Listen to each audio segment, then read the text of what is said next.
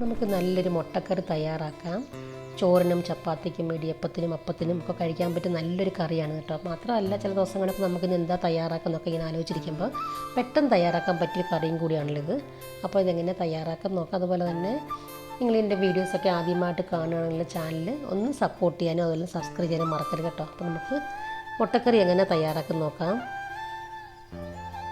അപ്പോൾ മുട്ടക്കറി തയ്യാറാക്കാൻ ഞാൻ പാൻ അടുപ്പത്ത് വെച്ചു. അതിലേക്ക് കുറച്ച് കുക്കിംഗ് ഓയിൽ ഒഴിച്ച് കൊടുത്തിട്ടുണ്ട്. അതിലേക്കൊരു ഏലയ്ക്ക, ഒരു ചെറിയ കഷ്ണം പട്ട, ഒരു ചെറിയ കഷ്ണം തക്കോലവും പിന്നെ കറുകപ്പട്ട ഇല ഉണങ്ങിയതും കൂടെ ഒരു ഫ്ലേവറിന് വേണ്ടിയിട്ട് അതും കൂടി ഇട്ടൊന്ന് ചെറുതായിട്ടൊന്ന് ചൂടാക്കി പിന്നെ അതിലേക്ക് തന്നെ 2 സവോള അരിഞ്ഞത് നീളത്തിൽ അരിഞ്ഞത് അതും കൂടി ഇട്ട് കൊടുത്ത് ഒരു 1-2 മിനിറ്റ് ചെറിയ ഫ്ലെയിമിലൊന്ന് വഴറ്റി കൊടുക്കാം.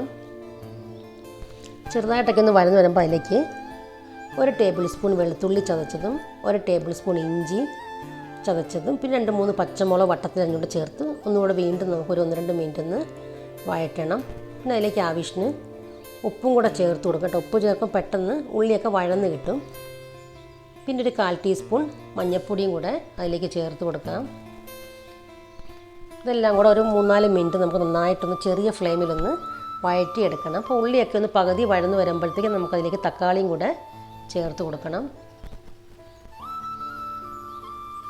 അപ്പോൾ ഉള്ളിയും തക്കാളിയൊക്കെ ഒന്നിച്ച് കിടന്ന് നന്നായിട്ടൊന്ന് വഴന്ന് കിട്ടും. അപ്പം നമുക്കൊന്ന് അടച്ച് വയ്ക്കാം. പെട്ടെന്ന് തക്കാളിക്കൊന്ന് വെന്ത് കിട്ടും. അപ്പം മൂടിയൊക്കെ തുറന്നു. അപ്പോൾ ഉള്ളിയും തക്കാളിയും നന്നായിട്ടൊന്ന് നല്ലപോലെ വഴന്ന് കിട്ടിയിട്ടുണ്ട്. അപ്പോൾ അതിലേക്ക് നമുക്ക് മസാലയൊക്കെ ചേർത്ത് കൊടുക്കാം. അപ്പോൾ ഞാൻ അതിലേക്ക് 1 ടേബിൾ സ്പൂൺ മുളക് പൊടി ഇട്ട്, അപ്പോൾ എരിവില്ലാത്തതാണ്. ഇപ്പോൾ എരിവുള്ളതാണെങ്കിൽ കുറച്ച് ചേർത്താൽ മതി. പിന്നെ അതേ അളവിൽ തന്നെ മല്ലിപ്പൊടി, പിന്നെ 1 ടീസ്പൂൺ ഗരം മസാലയും കുറച്ച് ജീരകപ്പൊടിയും പിന്നെ 1 ടീസ്പൂൺ കുരുമുളക് ചേർത്ത് കൊടുത്തിട്ടുണ്ട് കേട്ടോ. അപ്പോൾ നന്നായിട്ടൊന്ന് വഴറ്റി കൊടുക്കണം. നല്ലപോലെ മസാലയുടെ പച്ചമണം മാറുന്നത് നമുക്കൊന്ന് ഇളക്കി കൊടുക്കാം. ഇനി അതിലേക്ക് കുറച്ച് വെള്ളവും കൂടെ ചേർത്ത് കൊടുക്കാം. അപ്പോൾ ഈ ഉള്ളിയൊക്കെ ഒന്ന് വെന്ത് കിട്ടും വെള്ളം ഒഴിക്കുമ്പം. പിന്നെ കറിക്ക് കുറച്ച് ചാറും കൂടെ വേണമല്ലോ. അപ്പം നന്നായിട്ടൊന്ന് ഇളക്കി തിളപ്പിച്ചപ്പോൾ ഇവിടെ ഗ്രേവിയൊക്കെ നന്നായിട്ട് തിളച്ച് കുറുകിയിട്ടുണ്ട്. അപ്പോൾ അതിലേക്ക് നമുക്ക് മുട്ടയൊക്കെ ഒന്ന് വരഞ്ഞിട്ട് കൊടുക്കുക. അപ്പം വേണമെങ്കിൽ മുറിച്ചിട്ട് കൊടുക്കുക, അല്ലെങ്കിൽ കീറിയൊക്കെ ഇട്ട് കൊടുക്കുക. അപ്പം ഞാനിത് ഒന്ന് വരഞ്ഞ് അതിലേക്കൊന്ന് ഇട്ട് കൊടുക്കുക കേട്ടോ. അപ്പം മസാലയൊക്കെ ഇടന്നിട്ട് മുട്ടയൊക്കെ ഒന്ന് 1-2 മിനിറ്റ് ഒന്ന് വേവണം കേട്ടോ.